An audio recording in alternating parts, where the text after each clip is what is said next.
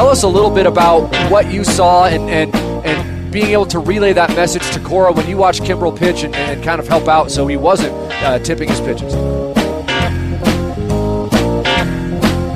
So tipping pitches, we hear about it all the time. People at home understand what tipping pitches is all about. It's amazing. And that's remarkable.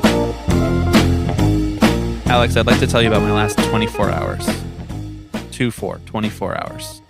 Currently, as we sit here, a couple feet from each other, at June 7th at 7 p.m., 24 hours ago, I was sitting in PNC Park in Pittsburgh watching your Oakland Athletics put it on the Pittsburgh Pirates. I guess before we get into the next 24 hours after that, would you like to formally declare that this is the day that the season turns around? Right, that we're back, baby.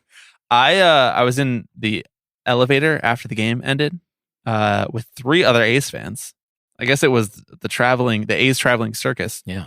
First of all, a couple people told me they liked my shirt. I was wearing the elephant standing on the billionaire shirt. I was like, well, if you like it, you could be one of 5 people to actually own it because nobody actually bought that design.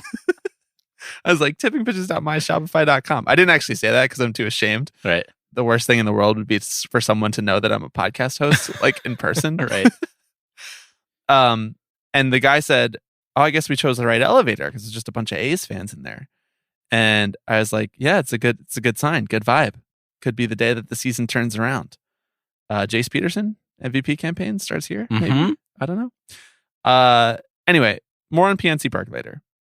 But the next 24 hours, I drove through several states. The rest of Pennsylvania, Ohio, Indiana, and now part of Illinois. And what did I do during that drive? What did I do sitting in the passenger seat of the car when I was not operating the motor vehicle?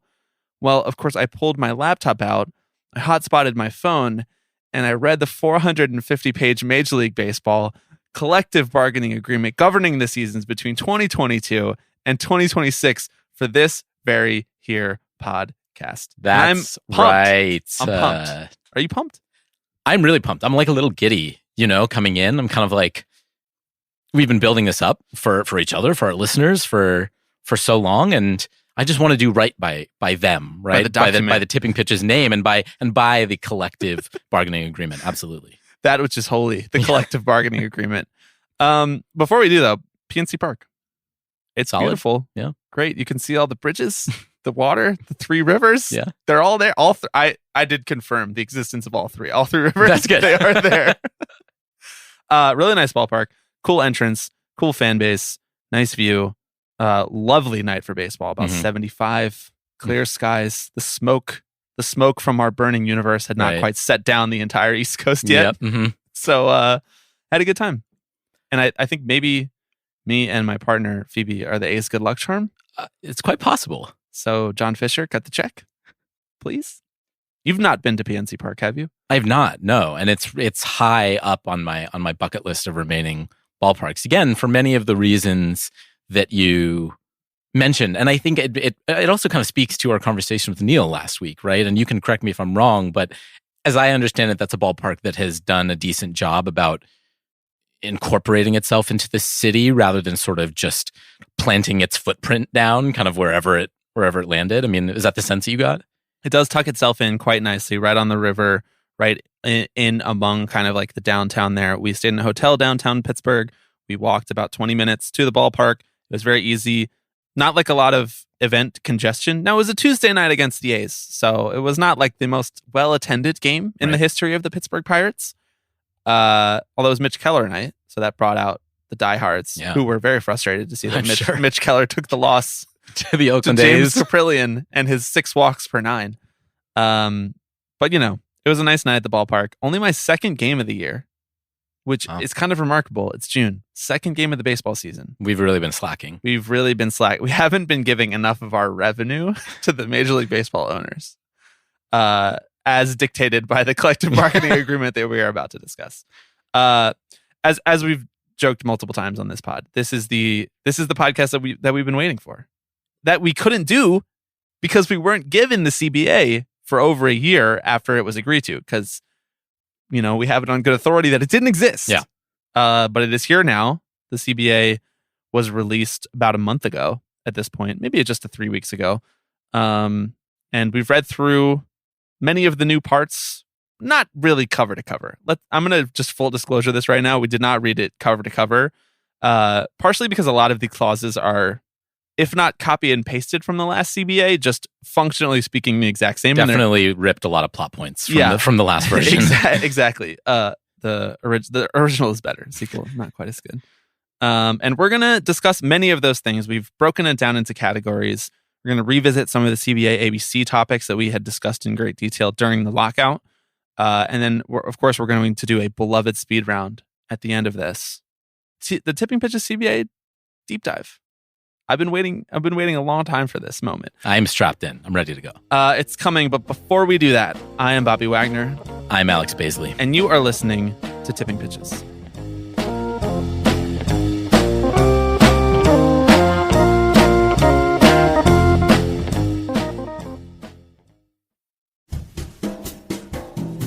Want to make a podcast? Spotify's got a platform that lets you make one super easily, then distribute it everywhere and even earn money all in one place for free. It's called Spotify for Podcasters. And Alex, please tell me how it works. Bobby, it would be my honor. Spotify for Podcasters lets you record and edit podcasts right from your phone or computer. So no matter what your setup is like, if you've got a full studio or you're staring at a Zoom screen right now, you can start creating today. Then you can distribute your podcast to Spotify and anywhere else podcasts are heard. Video podcasts are also available on Spotify. And when you want to take conversations with your fans to the next level, Q&A and polls are the best way to get them talking. With Spotify for Podcasters, you can earn money in a variety of ways, including ads and podcast subscriptions. And best of all, it's totally free with no catch. We host Tipping Pitches on Spotify for Podcasters. It makes it really easy to distribute our podcast to all you lovely listeners. If it's something you're interested in trying out, you can download the Spotify for Podcasters app or go to www.spotify.com/podcasters to get started. Alex, we don't have a lot of time to waste, so let's just get right into it. We're going to start with some overall observations from the collective bargaining agreement governing the years of 2022 to 2026. Can we come up with a shorter name for it? Heretofore, as they would say in CBA language, just CBA. We're not going to keep specifying that it's the current CBA. If it's the old CBA, I will say, old CBA. So, overall observations. I already kind of alluded to it. Meet the new CBA, same as the old CBA. Yeah. This is like not really fair to the Players Association because this is how most collective bargaining agreements work in most industries. It's like you build incrementally on the previous document. And that's why it's so important to fight really hard for your first CBA and to set that line in the sand that will then move incrementally in one direction or the other on multiple topics for years, decades, centuries to come. Yeah, I mean, as you mentioned, it's a 450-page document, and like the core part of the CBA ends on like the 171st page, right? And after that, it's largely like emails and attachments, back and forths between lawyers and representatives, basically codifying, discussions that maybe they had at the table, right? But it is what I appreciated about that element of it, and I know we're going to get to some of the things in there, is that there's a little more editorializing that can be done. A lot more editorializing. I love how, that was one of my other overall observations, that all of the meaningful changes in this collective bargaining agreements are literally just copies of emails. Yeah. Like, you might think we're joking. Like, that they took the text of the email. No, it's literally the whole email. Yeah. Subject line, joint drug agreement policy changes. This is to confirm that we agreed on this. Bruce Meyer. Right. Like, they're just... So, I guess my question, and maybe we should be the ones answering these kinds of questions, but were these guys just typing these emails up to each other in bargaining? Right. Likely what was happening was that they were sidebarring over these things, and they were coming to a shared understanding, and then they were putting that in email form to each other, approving it back and forth, and then the final copy of that email is the one that made it into the collective bargaining agreement, and it was then signed off on by the executive committees on both sides. But the fact that there's nothing more formal than just copying or screenshotting an email and putting it in the legal document that governs a $13 billion industry, to me is funny. To me is very funny. Absolutely. You get instances where you can see this very clearly in emails like one that came from Tony Clark to the commissioner's office, discussing possible removal of teams, possible contraction over the years, right? And it almost word for word is, so you know just as well as us that we think that should be collectively bargained over. Yeah. You guys don't believe that. This is just verification that we didn't come to an agreement, but obviously we think it should be collectively bargained over. And that's the entire email. The lack of the existence of this in the first 171 pages does not mean that we agree that to what you think.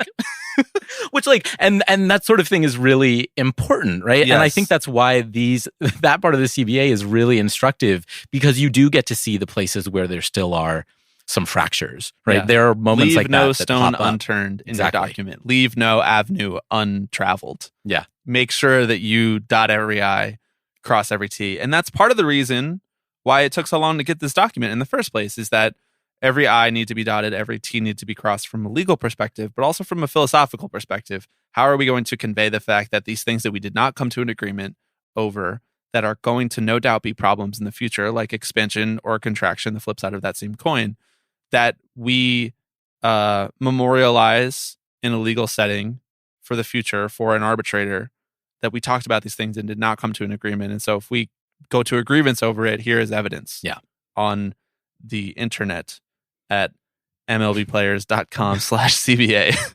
Can you read the whole one? Because that's just the link to the CBA. Okay, right. At mlbplayers.com / Mm-hmm. I learned that I've been getting that wrong Yeah. for the better part of my online days. / _files / UGD Oh, / you are doing it. 4D23. Yep. The rest will be available on Patreon. You mean you reading the rest of it? Yes, Okay. exactly. The document is, you don't need to pay for Patreon for the document. You can just go get that yourself. Google it. I only had one more overall observation before we get into the specifics. I found it interesting qualitatively, in terms of what we are saying about ourselves in the baseball world, we being the people who are talking about this document, that whenever the commissioner is referred to, the current commissioner being Rob Manfred, but it's not guaranteed that they don't refer to Rob Manfred by name once in this document. No. It's just commissioner. Whenever the commissioner is referred to with pronouns, it's always he or she. But whenever a player is referred to with pronouns, they don't bother with anything other than just he, which I thought is interesting, because there's no rule against someone whose pronouns are not he playing in Major League Baseball. Right. But that's just kind of the boys' club. There's no rule, but There's, it's codified in a legal document that this is what we think it should be. Yeah. It's nice that they think that there could be a girl boss commissioner, though. I'm holding out hope that the next commissioner is a girl boss. Any candidates that you have in mind to be commissioner of baseball who is a girl boss? Liz Cheney? What? Oh, I was going to go Liz Holmes, but when she I gets hear out of she's prison. tied up for the next few Rob's years. got the next 10 on lock. Absolutely. Easy. Yeah. And that's going to take him straight into Cabo, straight into Mhm. retirement age. I can't. This is a tangent. However, post-retirement, Bud Selig has given us so many gems. Yeah. He wrote a book. He went on a fucking effectively wild to promote that book. If there's one place that post-retirement Rob Manfred should appear, it is this podcast. And you know what? If he wants to dispel some of the rumors about him, Yeah. some of the assumptions about him, he should take that kindly. Take that into A consideration. chance to correct the record. Any other? We're going to let him do it. I swear we're going to let him talk. We're going to let him correct the record. Rob, if you're listening or if you're paying someone to listen, now is the time, intern. Send this part to Rob. He can come on.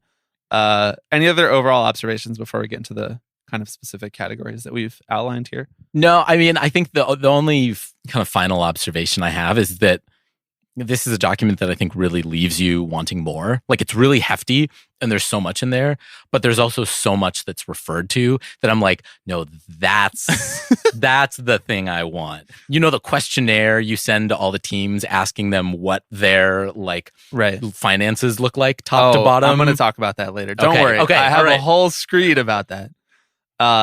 Yes, I completely agree with that. I would say conservatively 150 pages of this. Well, first of all, 20 pages of it are the outline, the table of contents. And then 100 to 125 pages of it are just defining terms that appear elsewhere. Yep. So it's like, we are going to define every term that could be up for debate within this section before we get into the section. Yeah. And that's going to take up 2/3 of the section. So that is consistent with all CBAs. Like this is how these things work. We read a legal document, it all starts to kind of look the same. Did you find yourself, by the way, this is sort of also a tangent, but did you find yourself like picking up quicker on being able to read the way that this is worded, where there's like a million different commas, like, and then at the very end of the sentence, it's just like, oh, that's what they were talking about. I mean, that's what I started doing, is skipping to the end of the sentence and kind of working backwards from there. You'd be a terrible lawyer. Everything in between is really important. Get to the point. Yeah. Come No, on, brevity. I mean, there's a very unique language that's used here, and it's very self-referential, which I think was the toughest thing for me, right? Is it would say, you'd be in the middle of a section, and then it would start referencing that section. And I'm like, isn't that what we were already talking about? Like, yeah. I understand. I thought this was particularly true in the sports betting section, which we are about to get into. Yeah. Okay. Categories. We are going to do a check-in again on the CBA ABC categories that we discussed last year during the lockout. Now, as a reminder, if you were not a listener at that time, those categories are salary arbitration, competitive balance tax, and revenue sharing. Real quick, just a point of order. Okay. Did we really point of order? Did we really pick an A, a C, and no B? Like, we were that close to actually having it be ABCs? Well, there wasn't a B yet because betting wasn't allowed. I know. Listen, we were doing our best. It was the lockout. I think, frankly, that those episodes, if you have not heard them, are still relevant and still useful, particularly because the guests that we brought on effectively explained them in concept and in history, and in Jerry Blevins' case for salary arbitration in practice. So if you are interested in this sort of thing, and this is the type of episode that animates you and excites you when the Tipping Pitches podcast posts to your podcast feed, I would suggest going back to November of 2021 and giving those a listen. All right, let's check in on those. I'll give you a little choice here. Do you want to start with the one that actually has some meat on the bone, or do you want to start with the two that basically haven't changed from a podcasting perspective? I think maybe the ones that haven't. Let's start with the ones that haven't changed yet. Revenue sharing, not a lot changed. Structurally speaking, not a lot changed. This is the one also, candidly, that I find the hardest to understand. Like, the revenue sharing paying system is more or less unchanged. And that is kind of directly tied to the competitive balance tax, which structurally also has not changed. Now, they've plugged and played different numbers into those competitive balance tax systems. And obviously, there are steeper penalties now in terms of percentage penalties that you have to pay when you are a repeat offender, quote unquote, for going over the competitive balance tax threshold and the higher competitive balance tax thresholds. They've added in new thresholds that are more strictly penalized. But from a philosophical perspective and for the purposes of discussing them on a podcast, I found it interesting how basically it is functioning exactly like the owners have always wanted it to function. Now, there have been more teams that have gone over now that they know what that is, and now that they know what those penalties are going to be, and there's fewer unknowns about the concept of a new CBA maybe penalizing them more than they were anticipating. And so I think that is intriguing. But that's all stuff that's sort of well-tread ground on this podcast. Yeah, I mean, revenue sharing in particular still feels like quite a black box to me.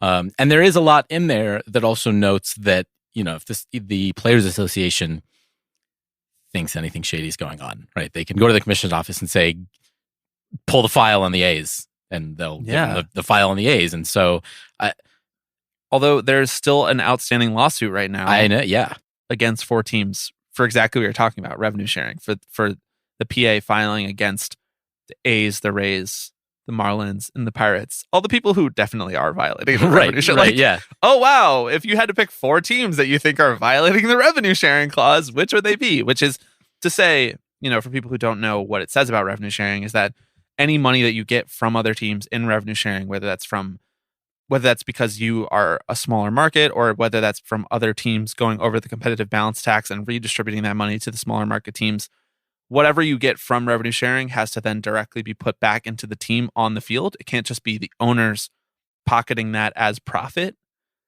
Of course, that is very hard to determine, which I think we will get into a little bit later. One other thing of note with revenue sharing competitive balance tax is that I think it's a moderate to large failure that neither of these things are tied to the actual growth in revenue year over year. Like that these numbers are, I mean, revenue sharing is in a way because it's among the teams, but I mean tied in that the players are not getting more of a percentage of the revenue year over year. And I know that gets into the whole philosophical difference between an open market versus a closed market with a salary cap where you share a percentage of the revenue. But the fact that the competitive balance tax is basically just going up like $3 million per year is, one, barely keeping up with inflation, if that. Yeah. And two, certainly not coming anywhere near keeping up with growing revenues. Yeah, I mean, that's a really good point, right? There's a lot of really hard numbers in here that some of them change over the course of the CBA and some of them don't whatsoever, right? The amount in the commissioner's discretionary fund, for example, right? Or like these, again, just like these little pockets of money. Heretofore known as the slush fund, the Rob slush fund. Like parody, that's parody. Of course. We're not actually not accusing Rob of just giving money off the top of the commissioner's fund. And again, I don't know how you would structure that in order to accurately reflect revenues of baseball, but I bet there's some pretty smart people in there who do know how to do that. Yeah. Like if revenues grow by this much, then this number goes to this. And Right. if they grow by this much, then this number goes to this. You know? Which and we know what revenues grow by because the MLB announces that like gross total number at the end of the year. Gross as in like total, not gross as in like disgusting. Although it is kind of a disgusting amount of money. Okay, let's go to arbitration because we got to keep on pace here. Kind of a lot of juice in this arbitration section in terms of what has changed, primarily in the pre-arb bonus pool, which is completely new, which we should talk in depth about. But before we do, I'm Bobby Wagner. I'm Bobby Wagner. No, before we do you think that messes people up? Like when I say before we do, I mean, it messes me up. because okay, here's something that happens. Actually, this is another tangent. In our Anchor ad, or sorry, our Spotify for podcasters ad, when I say "and best of all, it's totally free," there's a Ringer podcast where there's a Ringer podcast which has a soundboard drop from the Ben Affleck movie Boilerplate, where he says, "And best of all, kids, I am liquid." So every time I hear myself say that, I just think that the next words out of my mouth are going to be, "I am liquid." Anyway, God willing, one day they will be.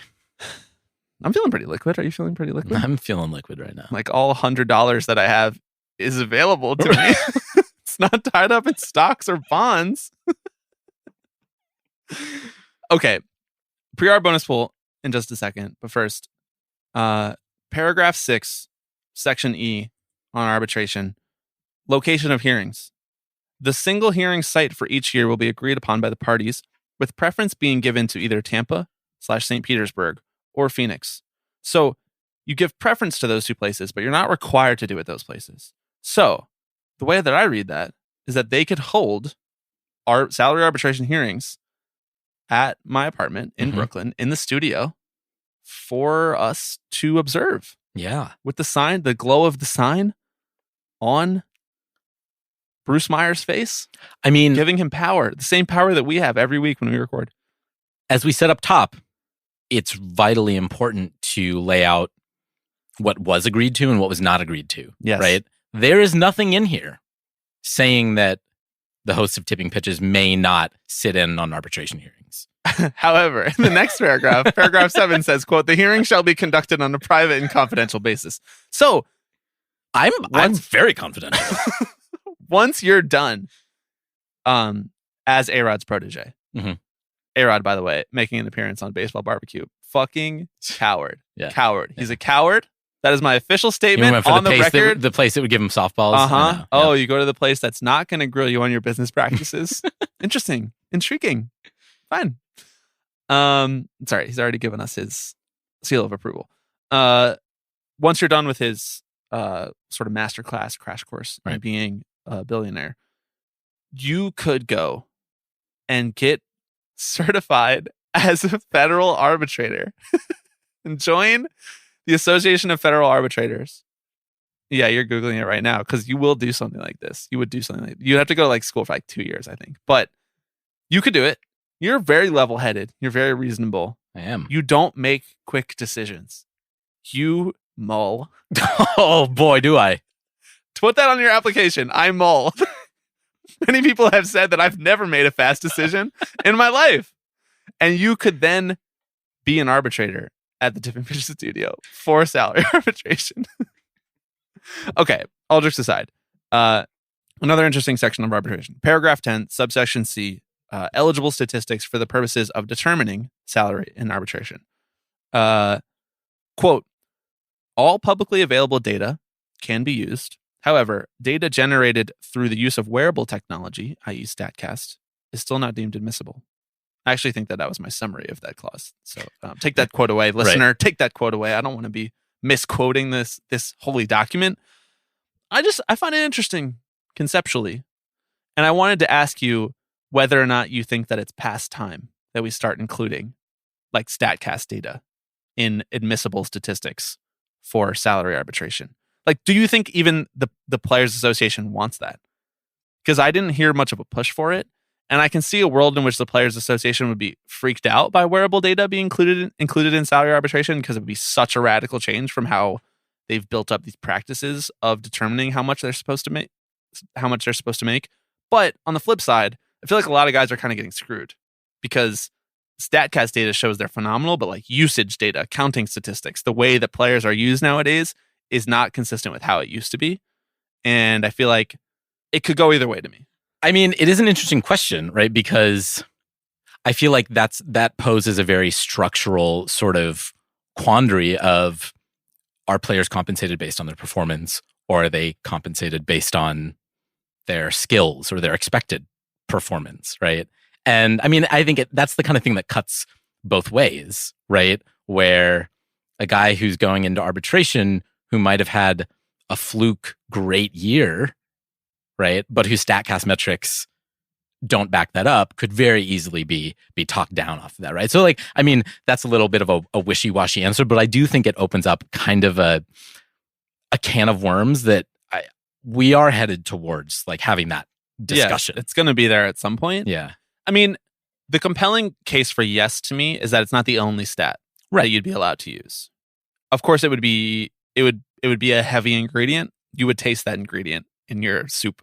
Yeah. If you allowed it to be added to the soup. But like, it's tough because teams are analyzing players based on this. Teams are selecting players based on this data that they have from them in high school and college.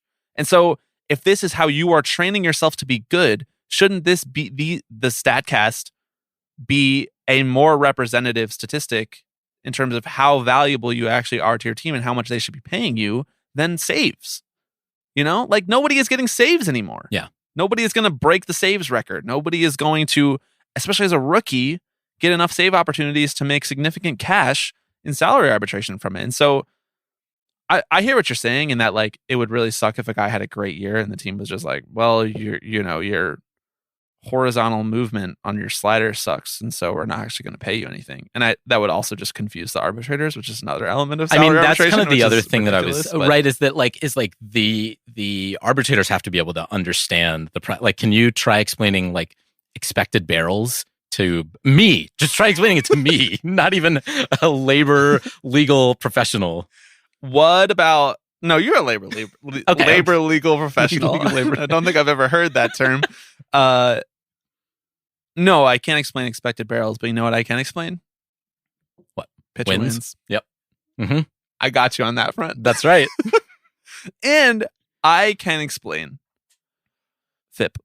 Yeah. I mean, I can explain it conceptually. Couldn't tell you what goes into it. Low, good, high, bad.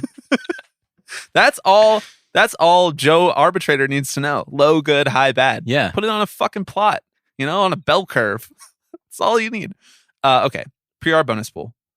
This has been heavily covered. So like we've known these numbers for a while, but I did want to go over them again and talk to you about it. kind of conceptually as well. And there's a couple like little nuggets in here that I wanted to discuss. They established a pre-arbitration bonus pool, though this is for players who have not reached their third year of service time when they've become arbitration eligible. So they're not actually going to the hearing. They're not submitting their own number. They're not having a panel of arbitrators decide which number they should make. These are just players making the league minimum or making whatever the team decides to pay them, which in 100% of the cases is league minimum. They are eligible for more money. Each season, the clubs collectively contribute $50 million into a pool, and that money is divvied up based on the top 100 pre-arbitration players by WAR, by a statistic called joint WAR that MLB and the MLBPA have agreed to create. We actually don't know what joint WAR is. We don't know the formula for it, but I can only assume that it's kind of like an amalgam of all of the publicly available wins above replacement statistics. So that's kind of what I'm going off of, that it's like somewhere in the ballpark of Fangraphs, Baseball Prospectus, Baseball Reference, all of these places. You can also win money from that pool by winning awards. So you get $2.5 million if you win the MVP or Cy Young. So you were the best player in baseball. $2.5 million for you. $1.75 million if you finish second in either of those awards. $1.5 million if you finish third in either of those awards. $1 million if you placed fourth or fifth in MVP or Cy Young, or if you finish on the All MLB first team. You're following the All MLB teams closely. Incredibly closely. It's a tight race. You know who's going to get the spot for NL first base?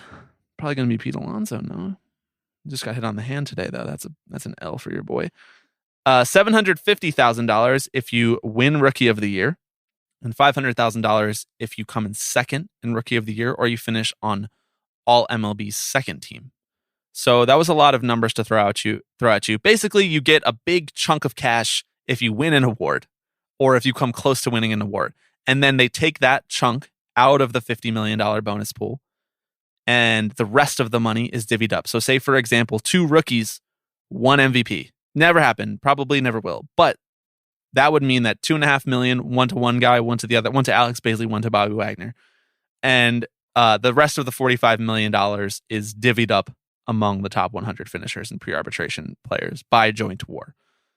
Ton of details that I just throw at people. Ton of details. Also worth noting that you can't get 2 awards at the end of the yes, you can't be awarded for 2 awards twice. Right, exactly. Yes, you get the higher of the 2. Right. So if you win MVP as a rookie, you're not getting the Rookie of the Year. You're really payout. hosed if you win Cy Young and MVP. Yeah, I mean, yes. That's really tough for you. Here's a funny little detail that I wanted to bring up. Mm-hmm. Bonuses for all MLB awards are contingent on the player participating in any award ceremony with reasonable and necessary travel expenses for the player and 1 guest covered by the Office of the Commissioner, consistent with Article 7, Section A, unless the player's attendance is excused by the Office of the Commissioner for a good cause shown. So you don't get your $2.5 million check if you don't show up to the MVP award ceremony. It's so petty. I don't know why I find that so funny, but I do.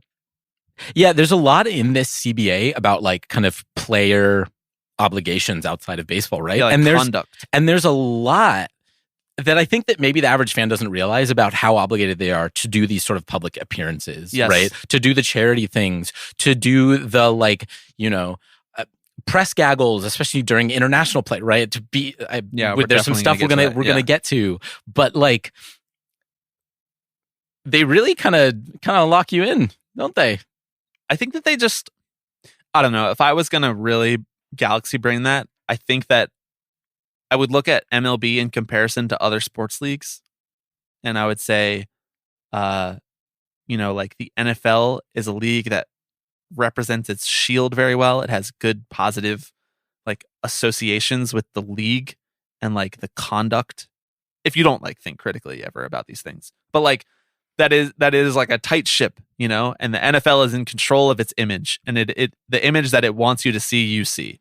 And then like the NBA, where it's like a little bit more player friendly, and they kind of dictate the terms, and they decide whether they show up for things, and they decide what is cool and what matters and how often they're going to play and all of these sorts of things. I think MLB is trying to like toe the line in between those two things. Yeah. I know I mentioned that we don't really know the joint WAR calculation formula, but one thing that I heard a lot of this sort of more like sabermetrically minded people talking about when this was floated in bargaining, and it came out that this was kind of going to be a structure that governed how people get paid based on wins above replacement. That made a lot of numbers people very queasy, because it's an imperfect science, sabermetrics. We learn things as we go. And famously, WAR is a statistic that changes. As they decide to tweak the formula, you go back to old pages and someone's WAR looks slightly different. Now, in some cases, that can add like as much as 1 or 2 WAR to a player's career. It's interesting that in the CBA, there is no such thing as a retroactive change to your bonus. So if they decide that in the joint WAR formula, there's a bug and they go back and change it, but somebody had a bad year in the past based on that bug, tough luck. The changes are not retroactive to the previous years. Now, I don't functionally speaking, I don't know how you would. Like, would you go and would you take money away from a guy that you gave to in the past if it lowered his WAR formula? I don't really know. All that to say, I think that those concerns were valid by people like Meg Rowley and Ben Lindbergh on Effectively Wild. They had a great conversation about this. And, Craig Goldstein at Baseball Prospectus, like these people were raising this as a potential concern.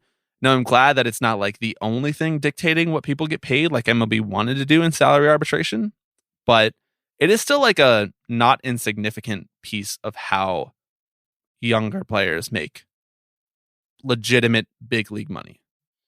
And look, I mean, this is money going to players who originally were not going to get it before, right? And for many of these players, this might, be life-changing money, right? So-called life-changing money. I do think it sets kind of a weird precedent to have players' compensation being dictated by what is effectively a third party, the commissioner's office and the Players Association, right? I mean, they're creating a joint committee. They're going to come up with this number and the figures will be submitted. And so there's going to be some oversight there. But I do think it gets into sketchy territory, again, not only with the fact that stats like these are very fluid, but also what does it mean to set that sort of precedent on a pay by statistic level? Yeah, especially when those statistics aren't actually at the cutting edge anymore. Yeah. I mean, WAR, I think most people would still agree that WAR, if they are actually using a formula of WAR that we can agree is valid, because we don't know what the formula is again, is a pretty good catch-all for how much value you gave to your team, because it is cumulative and it factors in many different things, including offense and defense. But defensive statistics are not great. Perfect. And based on what else we can glean from the CBA, those defensive statistics that are in their joint WAR cumulative stat are not factoring in wearable data, are not factoring in tracking technology like StatCast. And I think most people in the sabermetric community would agree at this point that, especially on defense, wearable data is very important. Yeah. Is like the gold standard of the day. So, I don't know. Better, not perfect. Yeah, I mean, it's also still like a drop in the bucket of Major League Baseball's revenues in a given year. 50 million total, split up among 30 teams. So that's like 1.8 million per team. Right, yeah. Split up among 100 players, right? Yeah, so if they all had the exact same WAR, you can expect to get $500,000. Yeah, I mean, I guess less, because some of that money will already be given to whoever wins award Rookie winners of the Year. Yeah. Fascinating. Yeah, later on in this document, they do point out that they made like $9.7 billion in revenue a couple years ago. So I appreciate them keeping themselves honest. Yeah, I guess. Okay. Speaking of making billions of dollars in revenue, sports betting. Yeah, should we get to the actual the categories, the topics? The categories, the topics. I mean, I think those were categories, and I would classify those as categories and topics. But in terms of new stuff that we really want to dive deep in, stuff that we did not have in the previous CBA, betting is maybe the biggest one.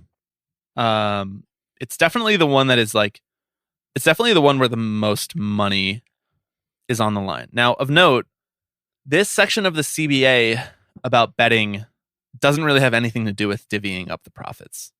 All of that stuff is kind of confined to like competitive balance tax, arbitration. Those are the things that really determine how much individual players make on a year-over-year basis. And then, of course, like what they negotiate with their agents, which is not really what this document exists for, other than to outline that like parties will not prohibit players from using agents, and once they've hit free agency, all that stuff is in this document and stuff. But we know all that stuff and it hasn't changed at all. So the betting clause, I think in a fascinating way, is really just like the rules of what you can and can't do when it comes to sports betting. And the fact that it needs to be so long and so specified, I think is kind of a symptom of the disease here, if I can go that far. Yeah, I love the first section of the betting policy just being like no betting on baseball.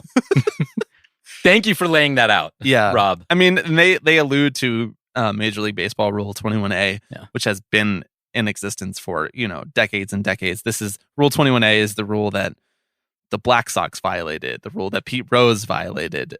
So they obviously already had rules against betting on baseball, because sports betting is not completely new. It's just that the expansiveness of it now required that they be more direct about what you can and can't do. And they were trying to, in an effort to address some of the problems that might crop up based on the pervasiveness of gambling. They literally use the word pervasiveness. To me, pervasiveness has kind of a negative connotation. Yeah. But that's just me. Let's get into the nitty gritty. I'm going to take you to page 375. Yeah. Section G.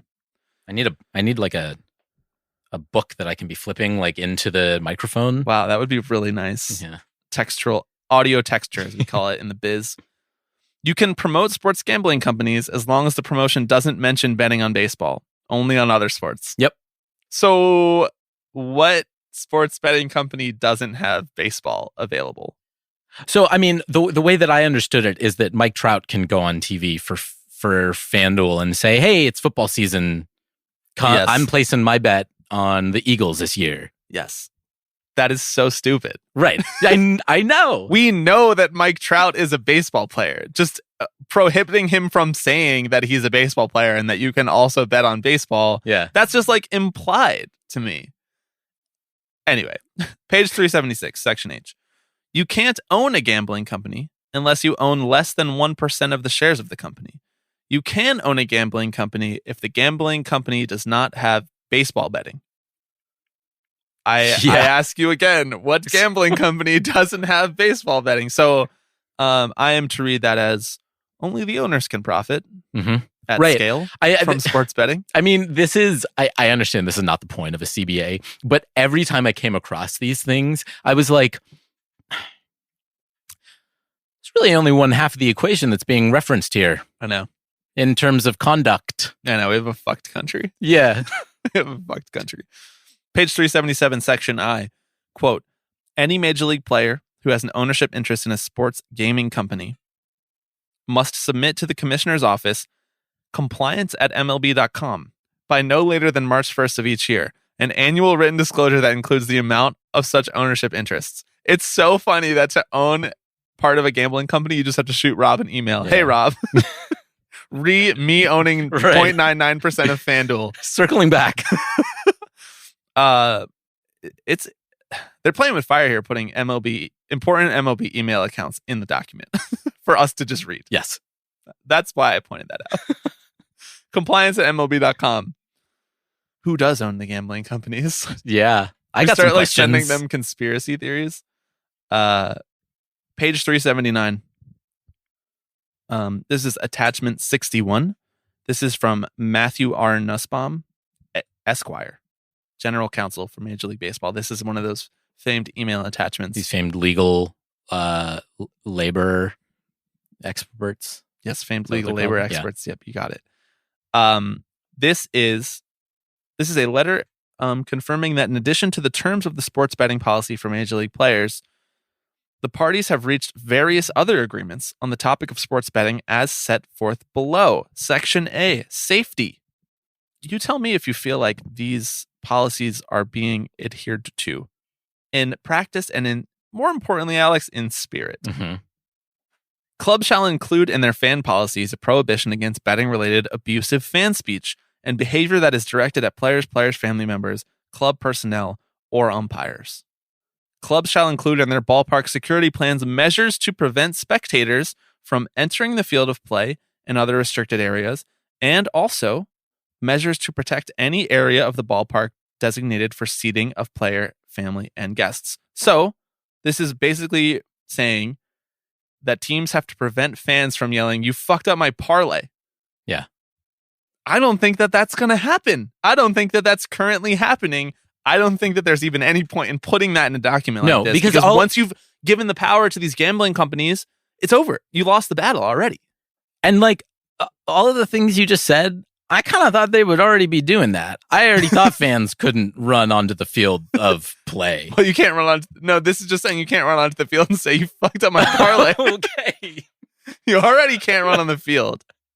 Now you can't run on the field and say, "Hey man, hit the over today." So is it just, but it's only like negative comments towards the player. Is that correct? Part 3. The parties will jointly develop a safety hotline for players to report any threats, potentially threatening communications, or other inappropriate sports betting related conduct or contact that a player or any member of his family receives related to sports betting, e.g. social media messages threatening violence as a retribution for gamblers' losses.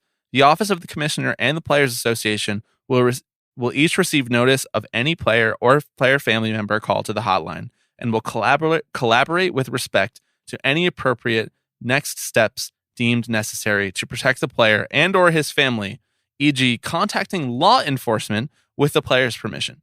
So, any mean tweets, you can call the hotline and tell Rob to call the police on this person for harassing you for not hitting your parlay. I mean, the fact that yes, that this has to be in there, right?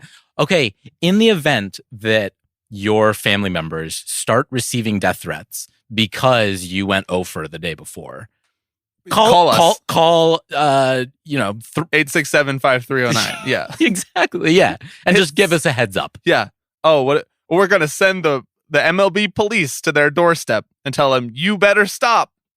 Otherwise, we're going to call the real police on you." Number 4, no betting lines. I wish MLB had a secret police, Don't they? Probably. It's the umpires.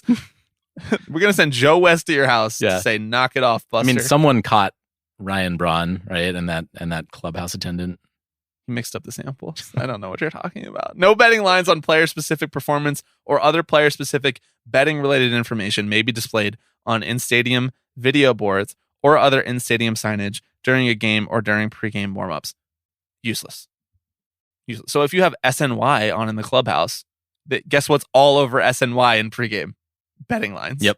And guess what teams do? Put SNY on in the clubhouse. Put the Yes Network on in the Yankees clubhouse. I don't know if all teams do this. I imagine if players didn't want them to have that on, they wouldn't put it on.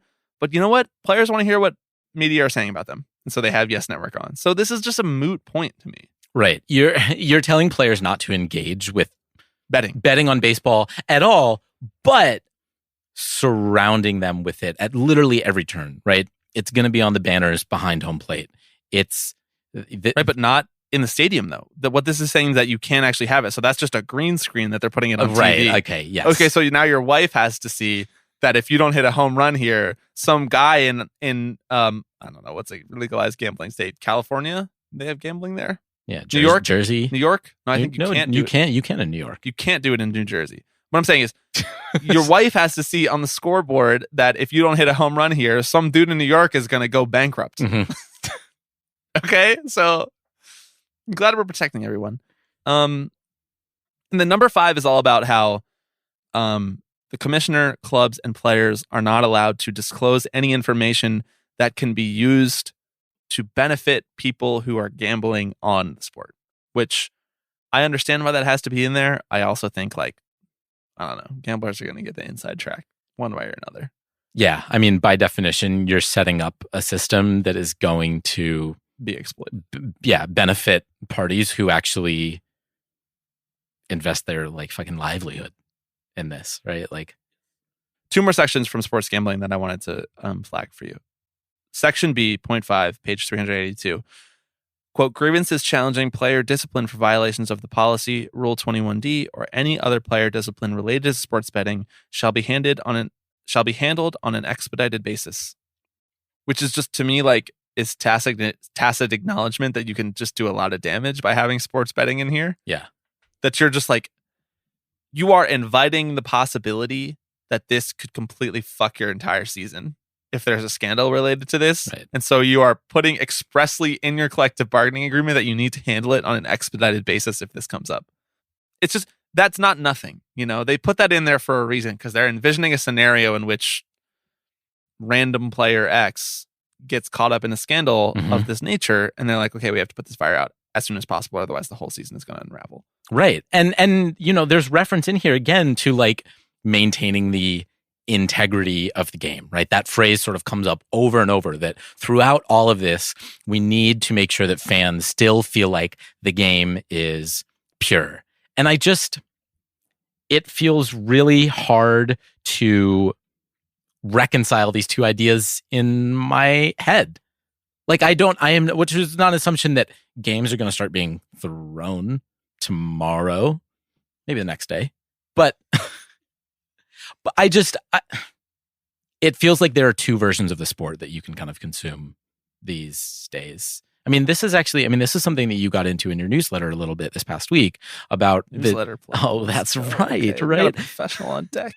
You know, in the sort of splintering of baseball fandom, right? And I do feel like this is sort of encouraging a whole new way of engaging with the sport in a way that does not really mesh with how traditional fans have enjoyed it. Traditional fans is a term that we can use now. Thanks it to Neil. is, yes. Okay, last thing. Section C, Part 2, page 382. The parties will also meet and confer each offseason or more often as needed to discuss existing, emerging, or anticipated issues in the area of sports betting, including but not limited to betting technology, for example, in-stadium mobile betting, integrity monitoring, government investigations, legislation and lobbying, sponsorship and promotion, issues arising in other sports leagues, and any other issues raised by the parties.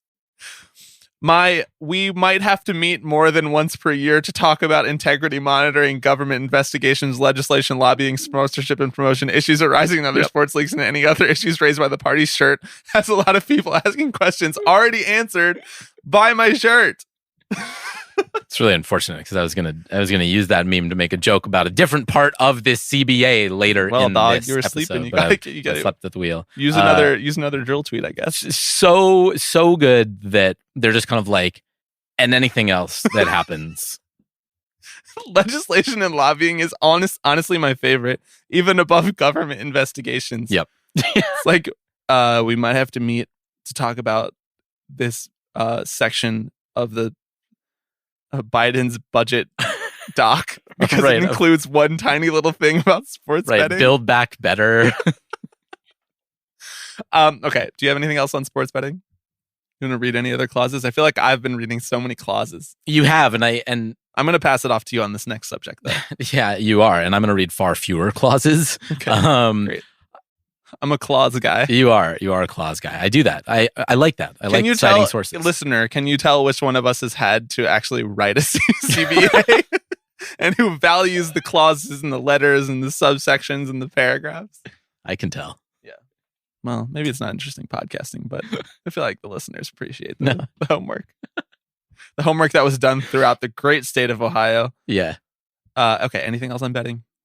I mean, no. We could talk for hours, I'm sure, and come up with theories on how this could blow up in MLB's face, and we probably wouldn't hit on how it actually would, right? So, multiversal possibilities here. It's kind of one of these things that we got to let unfold, you know? Okay, next beautiful topic. It's our favorite: service time manipulation. I'm gonna let you cook on this one because you love to manipulate service time. You've been manipulating my service time for years here on the podcast. I actually just recently hit free agency. Yeah, so service time manipulation. Obviously a big, sort of one of the key talking points coming into this CBA about existential issues in the sport of baseball that need to be addressed.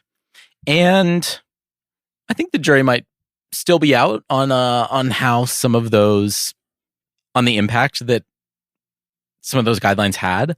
With regards to service time manipulation, I think the most interesting thing to me is not that it's not that the penalties for service time manipulation have been ramped up. It's that the incentives for not manipulating service time have been ramped up, right? So like teams that promote a player to the opening day roster and keep him up for the full season receives up to 3 draft picks if the player finishes in the top 3 of the Rookie of the Year voting or top 5 in MVP Cy Young voting before he's eligible for arbitration, which is a lot of words. That's how much of this document is put together, is like qualifier after qualifier after qualifier after qualifier, right? Yeah. But and there are like these, guardrails in on how many times a player can get demoted in a certain season, which I think is good. Right. You see these cases where players get just like shuffled up and down and up and down. And in the top 2 players in Rookie of the Year voting each receive a full year of service time. Yeah. It just feels like kind of recognizing that the foundation of the house is unstable. And instead of starting anew or trying to figure out a better system, they're saying, we'll put just Band-Aids out. We got duct tape, right? So how about we just give you the service time if you do really well? And that just like, I don't know. I'm curious to get your like broad scale sort of thoughts on how maybe they envision this being implemented versus like what this is actually going to look like on the field, because I don't know that it's going to make a massive difference in what we're seeing teams do. It's fascinating. I mean, I think that we were already trending towards teams not manipulating the service time of their top prospects even before this agreement went into effect, and it has just been accelerated by some of the provisions in this agreement. But we're now seeing teams approach it with the philosophy. Some teams approach it with the philosophy of, if we call this guy up and he's doing well and we get a better sample size of him in the major leagues, we can offer him this extension where he might sign for under market. And in the aggregate, the financial position that we're in is that we can take this, we can give him more money now so that we don't have to give him more money in the back end. And we're going to own the team for 20 years. And so this guy's whole career is going to be encapsulated within that time period. And we're going to make more money in the aggregate. That is like the macroeconomic approach that bigger market teams have been approaching this with. Now, there are still teams manipulating service time. Like I'm not absolving all teams of this sort of thing, but I find the provisions in this agreement around service time to be a cool test case of MLB owners creating a problem and making the MLBPA expend capital on solving that problem, and then around and around and around we go until time immemorial. It's like we already had something in there that was like, you're not allowed to manipulate service time, and then we're like, okay, but we're gonna do it anyway, right? Like everybody's looking around like, so we're gonna do it anyway, right? and then they were like, oh, so then the PA will have to, spend even more time and money and bargaining capital on fixing this problem so that we don't continue to keep the salaries of younger players down and manipulate their careers even more. It's really hard to like extricate the differences in that macroeconomic trend that I was already talking about and these rules in this agreement, which thing is like actually leading to more players being called up and kept up to start a season. I do think one maybe sort of unexplored aspect of this by us at the time, and not really by other people, I heard people talking about this, was that this like doesn't do much for the vast majority of players who have their service time manipulated. It's really only the top prospects who already are probably bonus babies anyway, and so like they don't need it as much as the other guys who are like ready to be called up and still not being called up. Right. Like the Mets are a bad example because they kept sending Francisco Alvarez and Brett Baty down, but like those are their top prospects. But a guy like Mark Vientos, like they've kept him up and down in the minors all year, and they're going to probably get another year of service time back from him too. So I'm just saying that because like that's an example that is close to home, but that these are the kinds of guys, like the second tier guys, that it doesn't make as many waves with because it's not quite as obvious that guy should be up in the bigs. But like, who's better than Eduardo Escobar this year is Mark Vientos, and they're not calling up because they want more service time and they're already paying Eduardo Escobar. So these are manifestations of an ailing system still. and I don't think this really cleared out like some of those problems. Right. As you mentioned, it's literally only quote unquote top prospects who are covered by this. So outside of that, like tacit admission that everybody else is still kind of fucked. Yeah, exactly. Yeah. And I understand how it got to this point, right? Because this is sort of MLB's way of saying, well, we do want to showcase the stars of the future. We have to retain interest in the game somehow. And it's pretty shitty PR for us if Ellie De La Cruz is held down until mid-July, right? I mean, it's June, but like... You do not, under any circumstances, have to hand it to Bob Castellini. He's got carrots and lettuce and mushrooms, porcini. The vegetable king, Bob Castellini. I just said that so that we could do the drop. Okay. Anything else on service time manipulation? I mean, I think the last point here, and this is not something that has changed whatsoever, is that it still puts the onus on the player/players association to like keep an eye out for this and judge what is manipulation and what is not, which is not even necessarily extremely clearly defined in this CBA whatsoever. And I understand, like, it's manipulation if you feel it, right? It's in your bones. If like he should be up, but if you like walk outside no. and there's an electricity in the air, it's manipulation. And if there's not, it's just not. You know, Right. You know it when you see it. And again, like seeing the history of, say, grievances regarding service time manipulation, keeping that onus on players and acting like this can be reasonably resolved with a third-party arbitrator, it just doesn't really sit right with me. I want you to know, I would call you up. You can trust me to call you up. You can trust me not to manipulate your service time.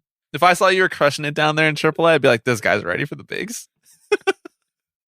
That's my earnest promise to you. Okay. They should just be asking owners ahead of. I just want to say, whenever they come in, they should just ask them as part of the kind of like entrance interview. Oh, like will you manipulate service time? Yeah. And then if they're just like, no, it's like, oh, cool. Well, that's all we needed to know. All right, good. Can I talk about debt service now? I cannot be more excited to talk about debt service. Yeah, I can tell. Okay. Something that I should have mentioned earlier on is that one of the ways that I approached this is that I went back to Evan Drellick's article from when the lockout ended, and I read all of the sort of subcategories that he outlined in his article, because those were categories that he had gleaned from a memo that the Players Association sent out to players about big changes in the CBA. And so I thought this would be a good way to approach this now that we have the actual document, to go back and see what Evan like knew all of the details of already, and what kind of like, ooh, we don't know, like sports betting, there's a whole new different agreement that they've never had before, a state-of-the-art agreement on sports betting.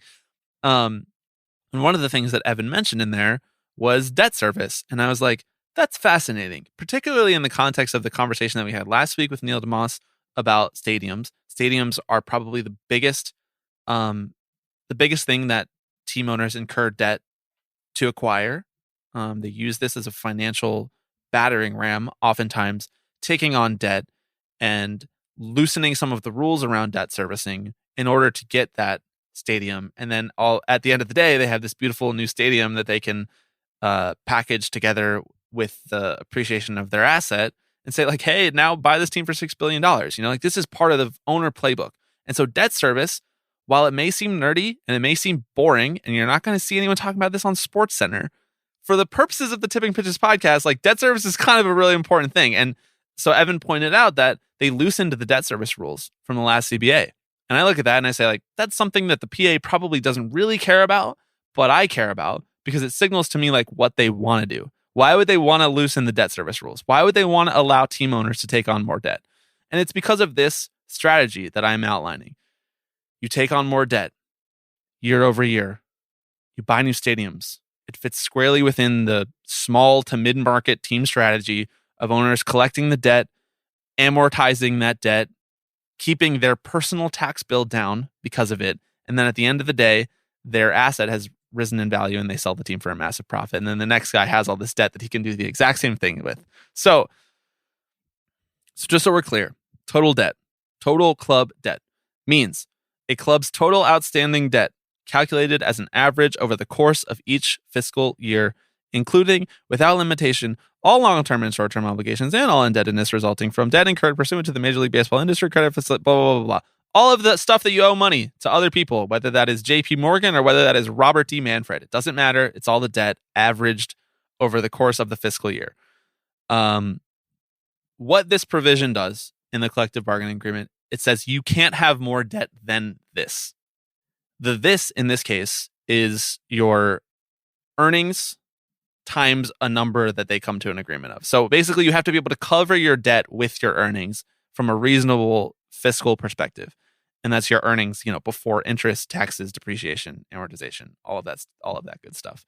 And so for this current CBA, you are not allowed to have total club debt that exceeds your earnings times 8, except any club which incurs stadium-related debt to finance construction of a new ballpark or the major renovation of its existing ballpark may use a multiplier of 12 for the first 10 fiscal years after that ballpark's opening or reopening. So you basically you're allowed to have 50% more debt to build a new stadium. That to me, like that's it right there. Yeah. That's all of it. It's like, why are all of these guys building new stadiums? Why are they all pining for new stadiums? Why are they pitting cities against each other? Why are they saying, you must build us a new stadium? You must give us all of this money. It's because it allows them to take on more debt to lower their own tax bill, their own personal tax bill, and profit all of those earnings in the interim. You don't have to they're not going to garnish your wages unless you go over this multiplier. Now, it does outline remedial measures for clubs that don't comply with the debt service. Meaning, if you have more debt, say that you make, for round numbers, say that your club makes $100 million a year. Obviously, teams make more than this, but just for the purposes of this podcast.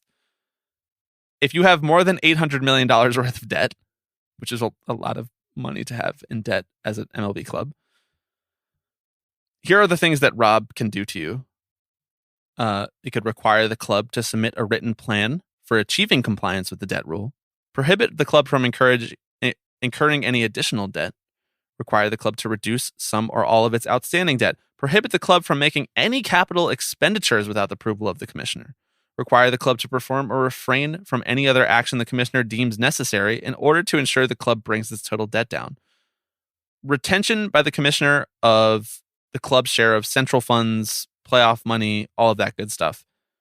Reservation by the commissioner of the power to approve a club's general and administrative expenditures, limit or suspend the club's ability to obtain additional financing, suspend the benefit of the Major League rules such as selection rights to the club under Major League Rule 5, that's the Rule 5 draft, deny the club's right to be represented at Major League meetings and or representation on Major League committees, suspend individual executives, impose monetary sanctions, any other measures or sanctions which the commissioner has the power to impose, require ownership to guarantee the club's debt service for the next 3 years, subject to liquidity concerns. The commissioner may have mandatory debt reduction, so he can garnish the team's wages, more or less. Now, why did I read all that stuff? Because it varies greatly in severity. Yeah. It gives Rob so many different things that he can do before he actually has to do something of consequence to one of his bosses. Mm-hmm. Right. He can either ask for a spreadsheet with expenses and revenues, or he can take over day-to-day financial operations of the team. Yes, exactly. And it's like, and anywhere in between. Exactly. Which I find fascinating because it gives him the ability to basically just let owners violate this rule if he wants to. And Right. he probably does all of the time. He Yes. probably lets them take on billions of dollars in debt to build new stadiums. Theoretical debt that is going to be forgiven in tax credits by cities in the future or whatever. Yeah. But by the rules of this agreement that he should be punishing them for. By the way, preventing them from any meetings is really funny to me. You can't sit on any committees if you're in violation of the debt service. That's my favorite by far. Okay. Last two things. I promise I will end this screed on I'm loving it, man. on debt servicing. I'm still not entirely clear on what it is, but it's a problem. It's just managing how much debt you have in comparison as a fraction of your income. Yes.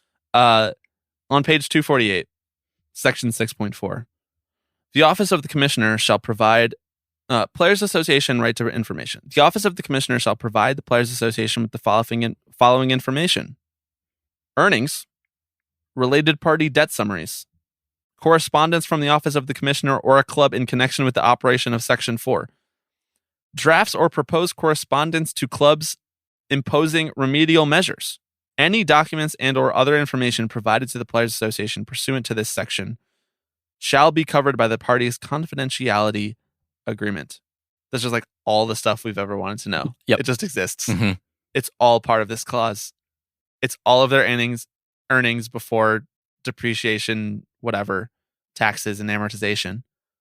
It's all of their debt. It's all of their plan to get rid of the debt. Mm-hmm. It's all of what is the debt has been incurred for. Yep. It's everything.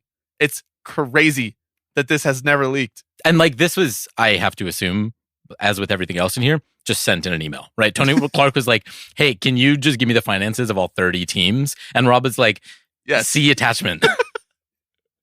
It's just like there. Do you think it's like password protected though? Probably. It's like a password protected Google attachment.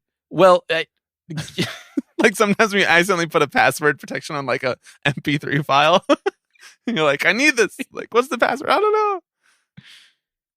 there is a clause later in here. Yeah, we were speaking about this shortly before going on air, where that outlines how players can use highlights from games on social media and whatnot, and there's a whole app that they can use, and it is worth noting that like all the information on how to sign up for said app is in here. The code you can use to sign up is all caps MLB players, and then you have access to the database where they drop like the Memorial Day posts that you can use, or like the Jackie Robinson Day posts, right?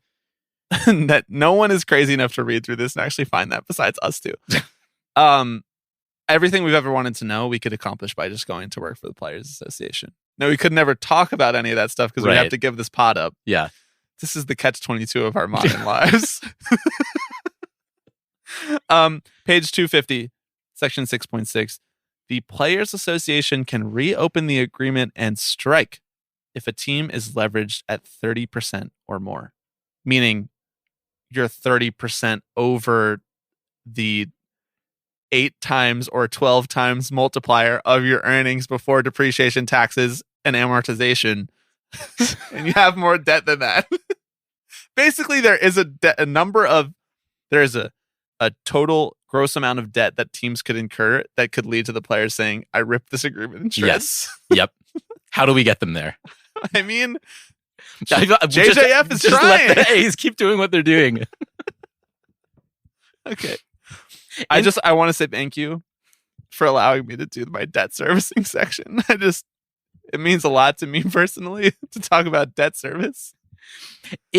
Interestingly, also on the point of the A's, this was something that jumped out at me that I thought was relevant, which is that obviously stadium related debt, as you mentioned, that's incurred in the process of either building a new stadium or doing renovations is obviously a part of this. But it does not only become serious renovations. Yeah, but it does not become a part of your debt until the stadium itself actually opens. Until the first year that you play in the stadium. Exactly. So like you can rack that debt up, which the A's have been doing. I mean, they made claims at one point that they were spending like over $100 million. $100 million, yes. And that was like a year or two ago. I would like to see the documents pursuant to section 6.4. Look, we maybe is this like the sort of thing where like Michael Scott declares bankruptcy. Like if I walk up to John J. Fisher and I say the page number, like does he have to give me that information? How does this work? Like you personally? Yeah. Like will he think that I'm like if I know this much about the CBA? Will he think like I if work you for walk the up Players in like Association? a Will he get in flustered like a and be like, "What's your Association email?" polo. You had your shot. Yeah, that is true. Well, unfortunately, I hadn't read the 2022 to 2026 CBA. Heretofore known as CBA. Okay, last major section, and then we're going to do some speed round stuff because we've been going. Internet is international play, which has a whole big long section governing where they're going to play, how how much players are going to get compensated for going, what they need to do, the conduct of the players. I'm going to let you take the reins on this one since I've been talking so much about debt service. So there is a lot in here that governs international play, right? From exhibition games to like series within the championship season, they call it, like basically the London series, right, exactly, or the Japan series to open the season. Yes, and all of that stuff is what I do really appreciate is like if you have any questions about specifically anything that's going to happen this year, like it's in here. Right. Like if you want to know whether or not players are going to show up at local charities, all you got to do is look at the international play section. This is an aside, but you can also basically find every single possible injury that a player could get and also the suggested remedies for these injuries. There's like how to do an MRI on a shoulder in here. I know. And also I love the section in here. I'm never like fully on speed round stuff, but there's a section in here about how no wearable data will be disclosed publicly. Right. And then they just define what is wearable data and like what they might collect. And it's like players' breathing rate, players' heart rate while sleeping, players' breaths per minute while sleeping, like body temperature, height, weight, waist measurement, like all of these different things. It's crazy. Man, I should have been a lawyer. Could. I'm not 30 yet. There have been stranger pivots. What do you mean? At a pro labor baseball advocate turned lawyer? I mean, dog, like my application is just the last 6 years of this pod. Yeah. Do you think you don't technically have to go to law school. Like you don't need your JD to be a lawyer. You just need to pass the bar. Do you think reading this document is good enough? Uh-huh. Okay, keep going. Back to international play. Right. What is interesting to you about this being in the CBA? Because this is a newish thing as well. I don't know if this was a clause in the previous CBAs, but certainly something that is this fleshed out, that is defining a vision of what the commissioner's office wants international play to be, and then how many things you need to govern in order for the players to participate in the way that you want them to. I think it's interesting to me personally.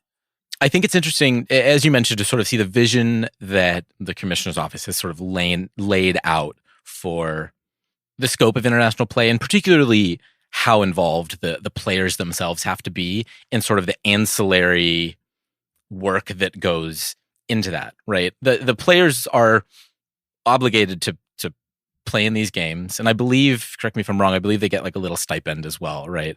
Yeah, I think $70,000 gets split among the players, right, of each team that participates in these games, basically. Right. And so I think that's kind of it, right? There's a lot in here about international ambassadors, with like a couple people from a given series, right, who will go out and actually go the extra mile to represent Major League Baseball on a national stage, and you get paid $10,000 per appearance. Each player who participates in an event shall be encouraged to promote the event, including by participating in at least 2 large group activities and 1 smaller group promotional activity in the event location arranged by the office of the commissioner or the players club. Routine media availability at the ballpark shall not be counted towards these promotional activities. I know that when they say group activities, they mean sort of I know they mean like public facing events that encourage fans to like going to the Boys and Girls Club, right, exactly.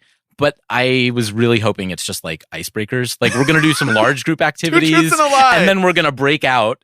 We're gonna go into breakout groups, and you guys are gonna do trust falls with each other. I would go to that. I'd pay $50 to do trust falls with JJ Bleday. I'd pay $50 just to watch baseball players do trust falls.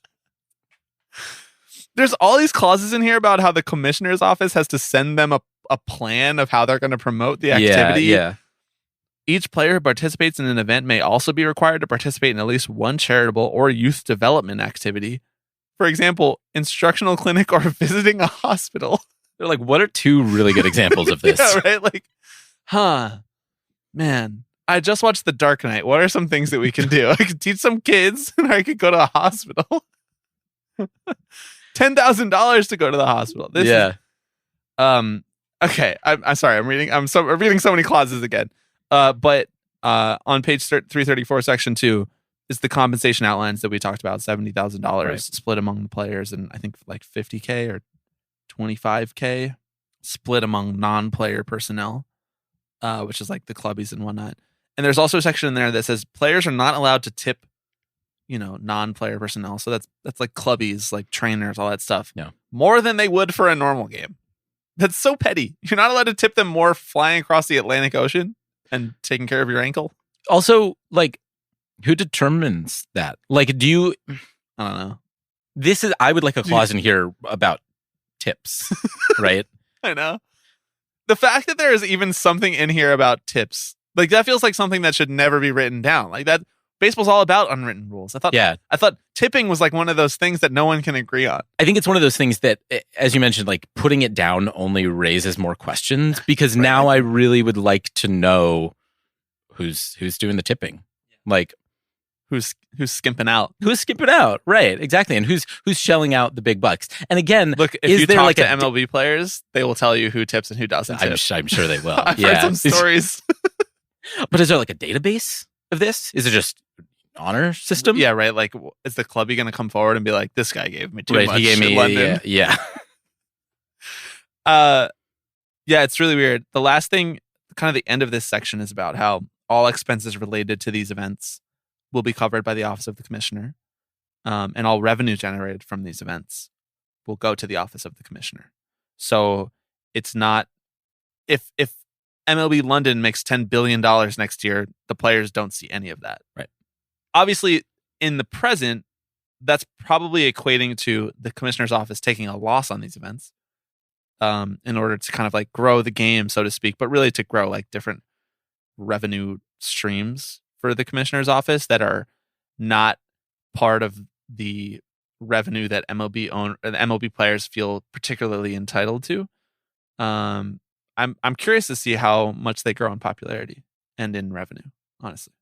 Yeah, I mean, we've seen some really nice popularity. Again, as you mentioned, I think the London games have been really well received. People love the sort of games that we're going to be going to next year. Yep, exactly.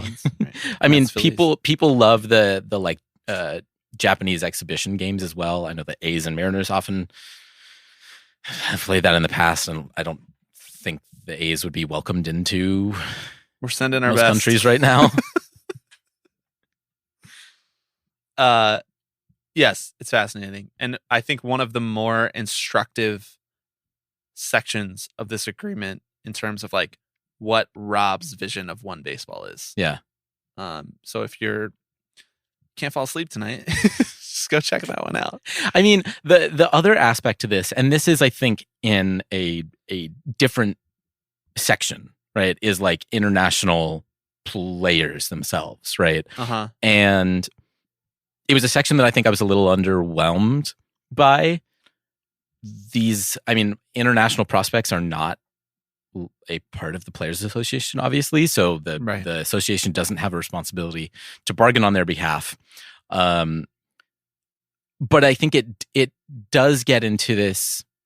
It gets into this weird spot where you are sort of bargaining over players who will be a future part of your organization, right? But who do not have the protections right now. And as a result, maybe in more vulnerable positions for teams to exploit them. And there's certainly plenty in here about here's what you can and cannot do with regards to signing international prospects. Some of them maybe even be in reference to recent events, like pooling certain prospects together or doing handshake deals. No one's doing that anymore. No, you're right. That's true. We've cut that all out of the game.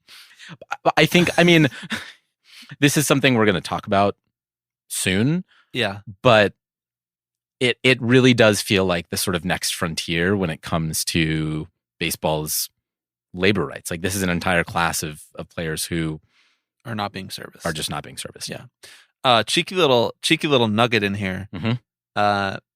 On page 164 in section B, possible expansion. Notwithstanding the foregoing definition of international play, if a major league franchise is awarded to a city outside the United States and Canada, all championship season, all-star, and postseason games played in that city by such franchise shall not be considered international play. So while they're defining international play for the purposes of this section of the agreement, they're talking about anything outside of the United States and Canada. And in this little carve out, they're saying if there is expansion to somewhere that is not in one of those two places, that will not be considered international play, obviously, because teams will regularly be going there, and that'll just be part of the championship season. I thought it was interesting how they put that in there specifically. Yeah. I guess there's really only one option, would be Mexico City. They're not going to put a team in like DR, I don't think. No. I've never heard that rumor. Mexico City is kind of the only place that like North American sports have ever explored expanding to. Yes. Yeah. I would love to see it. I would love to go have a reason to go to Mexico City. I've been trying to get there. I would love it. That would be, imagine trying to explain like Mexico City park factors to a neutral arbitrator, being like, no, you don't understand. Yeah. The ball jumps there. Okay. Time for speed round. Thank you to everybody who has made it this far. This has been a lot of clause reading, a lot of little inside jokes, a lot of stuff that probably only makes sense to two people who read most of the Major League Baseball CBA in the last 24 hours. But speed round. I know you have a lot of stuff for this, so I'm going to let you go first. I only have two things. Some of these are, this could be impactful down the road. And some of these are completely meaningless, but really, really fun to me. On page 207, there is, they go to great lengths to clarify that teams will not have an information bank about free agents. It's an email from Dan Halem, Deputy Commissioner, and to Tony Clark. Dan Halem is my dog, by the way. Yeah, he's a dude. I love to hate him. If my dog Halem is listening this late in the pod, just know game recognized game, big dog. Come on the pod. Let's talk through some of this stuff.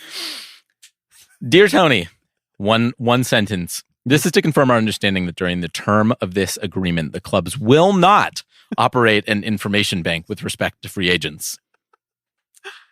No information bank. You heard it here first. Once again, my shirt. So you think there's an information bank?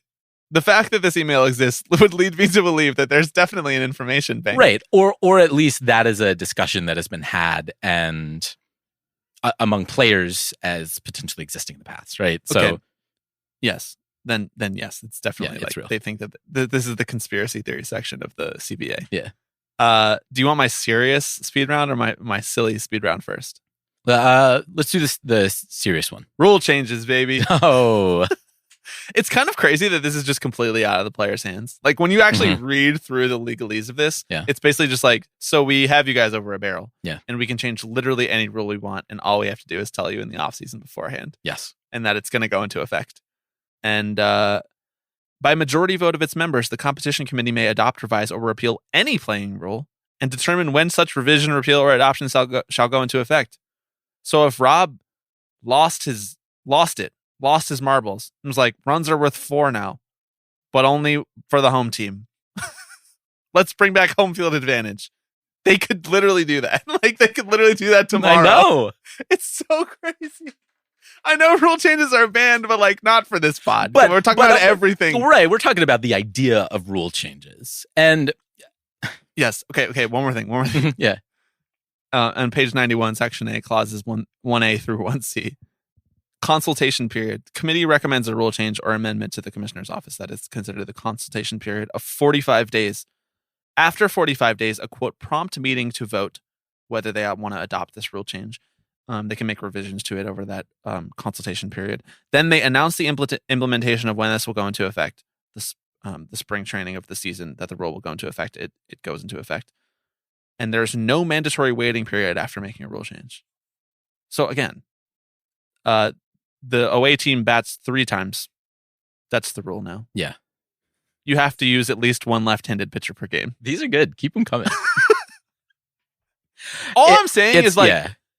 I know I sound ridiculous right now, but like banning the shift would have sounded this stupid to someone in 1985. Yeah. And now they just have the authority to do stuff like that. Yeah.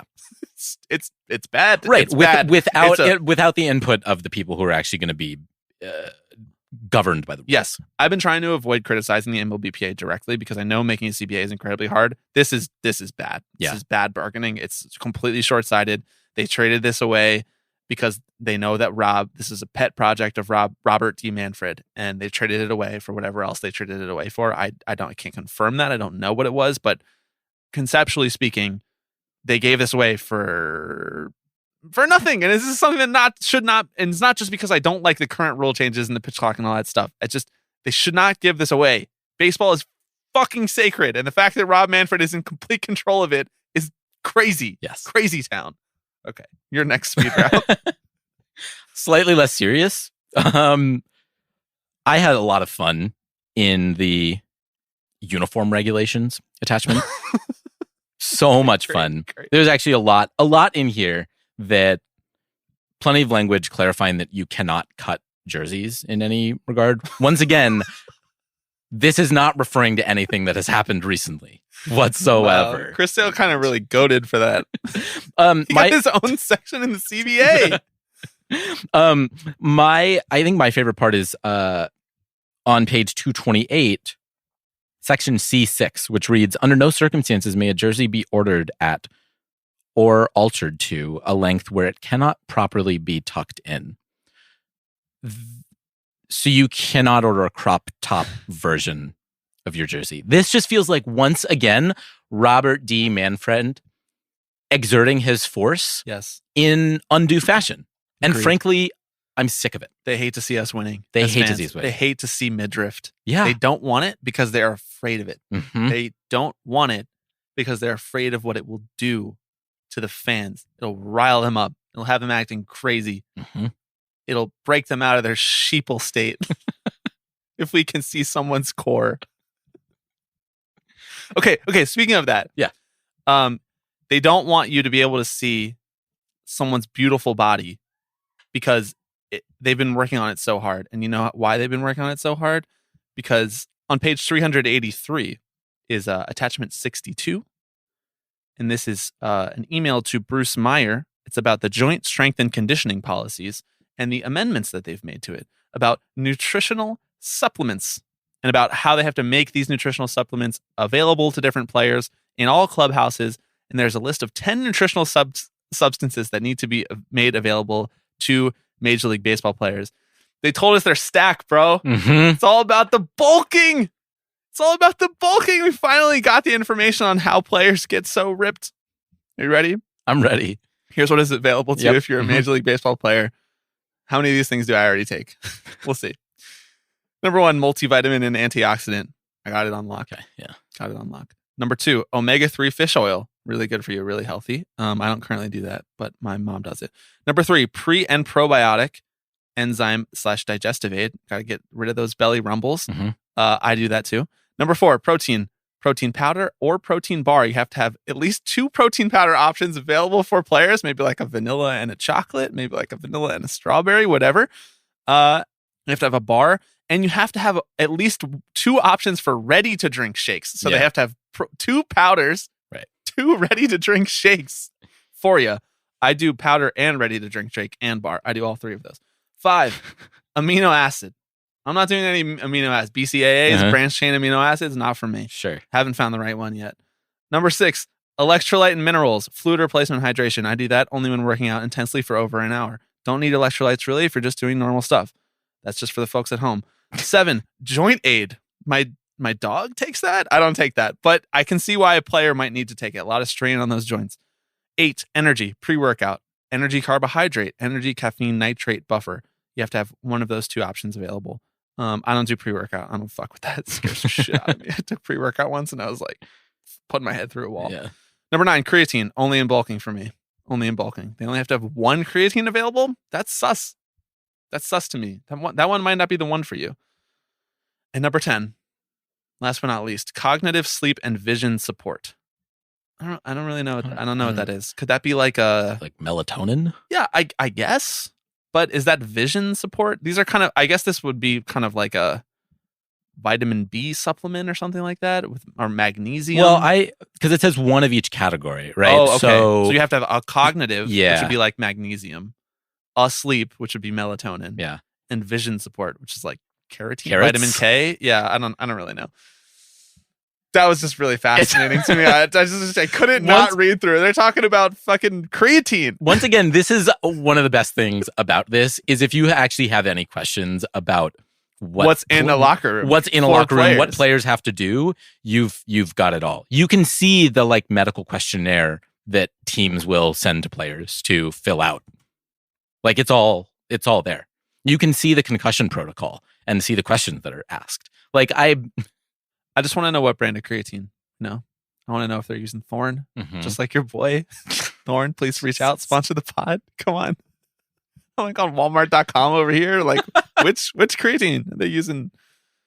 NutriCost. I don't know what any of this stuff is. I'd like to think that the MLB has their own like private label. You know. Yeah, if you have to ask, then you don't know. Right. I mean, it's just an addition to like the Rawlings factory. Right. Exactly. Okay. That's the end of my speed round. Do you have a couple more that you want to give us before we land this plane as we're approaching the 2-hour mark? Are we? We're getting close. Jesus. All right. We better hurry. We really got to wrap it. All right. We can't give people the 2-hour pod that they want. We just got to keep teasing it. MLB ranks teams by markets, assigns them a market score. I just want to say the A's are number 8 on that list. Number 8, top 8 market. That again, actually really is funny. That's legitimately so funny. Now again, like it is meant to be not a reflection of the team whatsoever, right? So the obviously the Yankees and Mets exact same market score. The Dodgers and Angels exact same market score. A's and Giants exact same market score, right? Because they play in the Bay Area. Yes, which it's a population metric, right? It's like an access to how many fans you could have, right? Exactly. Which again makes me wonder what all this talk about not being able to succeed in this town over the last few years has been about. I mean, I know what it's been about, but when you put this stuff right here in front of us, I know you committed it to paper. It makes you think, just a little bit. Yeah. Where's Vegas on this list? Where would it be on this list? Not above Oakland. I think it would be bottom half, at least, right? Bottom third.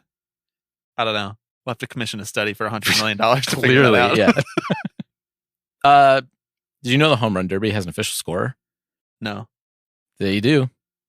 I am not surprised by it. An official scorer? As in someone, like a guy. You know, how every game has an official scorer. There's also a guy or a gal who is assigned to the Home Run Derby. Now, this makes sense to me, I guess. Just do like a home run. Like he fills up like multiple score books if he does that. Right. I mean, I would like to see, like, is there a different method of formatting? Yeah. I think he's part like timekeeper too. Well, that's like a squishy rule if you ask me. It is a super squishy rule. They're supposed to wait until the last one lands before they throw the next one. It's impossible to enforce. My last one is something that I'm bringing up because it was a question that I think we got a week or two ago when we were soliciting a bunch of listener questions. And one of the ones that we got, and I'm sorry, it's been a couple weeks and I'm blanking on your name right now, but was, would there be consequences for players if they opted out of, say, wearing the Memorial Day hat, right? Oh, yeah. Or the Armed Forces Day hat. Yeah. And I do think it's interesting that there is a whole outline, right, on these sort of MLB theme days. And they do note no punishment for opting out of any team day. And it does, it again lists these examples like Mother's Day, Memorial Day, like, I don't know who's, once again, I don't know how in any world they could put something in here that would penalize them from doing something like that. That's like a kind of a pure sort of expression of belief. I mean, but there are so many rules about their uniforms anyway. Like you can't wear certain cleats. No, exactly. You can't write certain things on there. Once again, better. Good rule.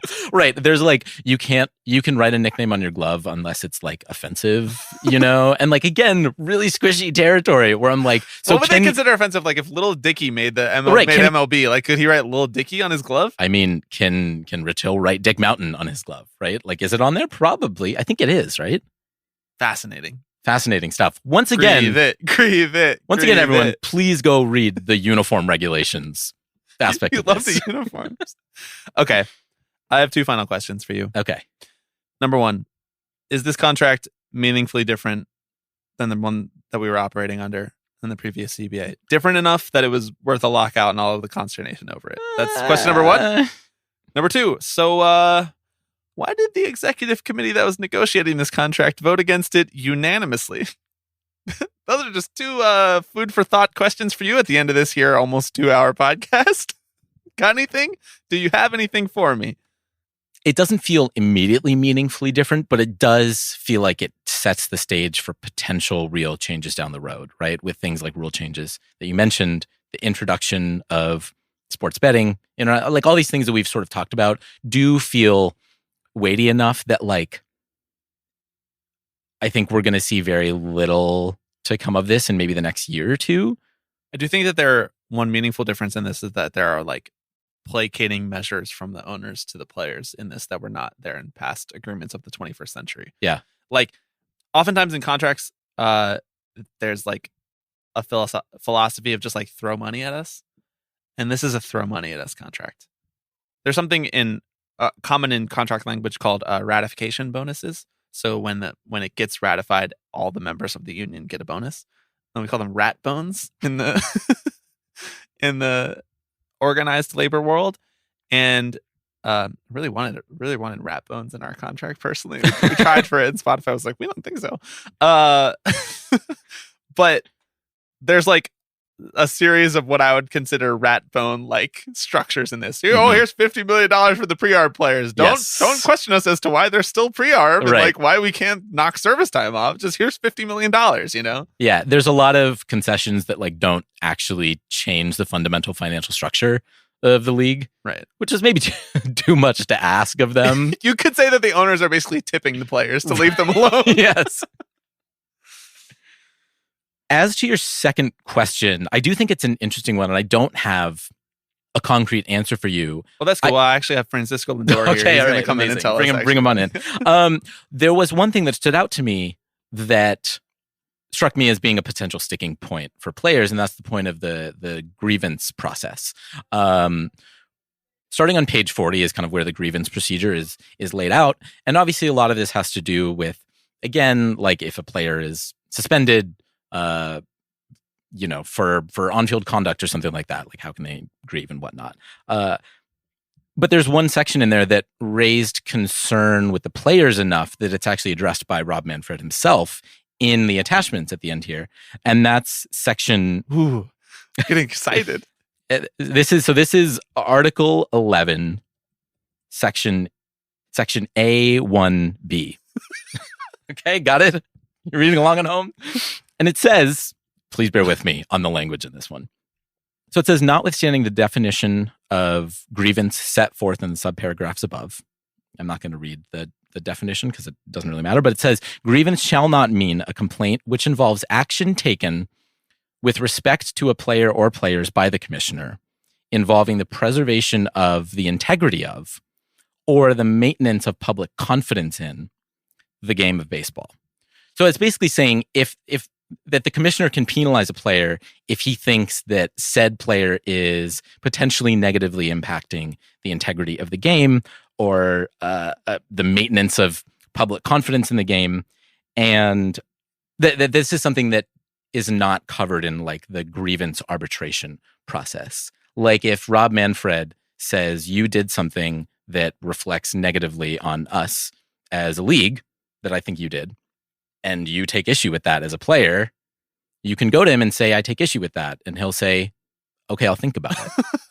And come back with a ruling that, as outlined here in the text, is equivalent to an arbitration panel's ruling in a normal grievance process. And the reason that I bring this up is because the very first attachment here on page 172 is a letter from one Rob Manfred to Tony Clark saying, I understand the Players Association has expressed some concern that the commissioner might take some action pursuant to the section I just read to you above, which could negate rights of like players. A thriller. I feel like we're at the end of Zodiac right now. Which could negate rights of players under the new basic agreement. So the players were concerned that clause would allow him to basically make some sort of unilateral decisions that might negate like anything else in here. And the way he quells that concern is to say, while I have difficulty seeing that this is a real problem, I'm quite... This is how I know Rob wrote this. I know. This is how you know it. No. I'm quite willing to assure the association that the commissioner will take no such action. So he said, I promise I won't. I pinky swear. Okay. The fact that this is attached in this document and that this was ratified by the owners means that he is agreeing that he will not take action pursuant to this section. But I do think that your point is well taken in that there's like almost no trust between these parties, that anything in this document will not be exploited to the nth degree. And why wouldn't the players distrust them? We just got finished talking about all of these different things that MLB has exploited and these problems that they've created that they've needed to expend bargaining capital to address. And this is like a really shining example of why, if you are close to this, if you are part of this process day in, day out, reading all of the different proposals, all of the backhanded language associated with, implied by the owners in some of these proposals that they were passing across the table that were like borderline offensive, if not totally offensive, like that you would be so close to this process and be like, well, I'm not going to vote for any of this. Fuck this. You can get way more money from them. These guys are so rich. They're making so much money on baseball. I'm actually seeing what they're making on baseball because the Players Association can provide me these financial inquiry, whatever sheets that I forget what the FIQs. And so I think there's way more in this deal that we could get. And the rest of the rank and file was like, yeah, but what's it going to take? Is this going to be the blow up year or not? And it turned out in the end, it wasn't. Yeah. And I think that's okay. I mean, it's maybe not what we were expecting 2 years ago, 3 years ago, maybe by a year ago, we were kind of expecting it to go like this. So I think that's it. I think that's all we got for people. Yeah. I have no more to say. I sincerely appreciate anyone who has made it this far in the podcast and who has considered this a useful exercise in deep diving into this CBA. And I can't promise what this podcast will look like the next time there's a Major League Baseball CBA, but we may be a part of the Players Association. I can promise that I will be personally interested in it when it does roll around. Is there anything else that you would like to say to the people? Here's what I'll say. If there are sections that we did not cover somehow in this nearly 2-hour podcast, and that those are your particular favorites, please email them to us, tippingpitchespod@gmail.com, or call in and talk about them. 3-minute time limit, though, on the voicemail, 785-422-5881. I've been told that I've been reading that number too fast. People are like, I don't know what the number is. 785-422-5881. 785. It's like an infomercial. 785-422-5881. It's Drive Time with Alex Baisley. Call now to get your free offer. Thank you, everyone, so much. This was weirdly fun for me. In a very perverse way. Yes, in the most perverse way possible. We will be back next week. You're a rich girl, and you're gone too far, 'cause you know it don't matter anyway. You can rely on the old man's money. You can rely on the old man's money. It's a bitch. Hello, everybody. I'm Alex Rodriguez. Tipping pitches. Tipping pitches. This is the one that I love the most. Tipping pitches. So we'll see you next week. See ya!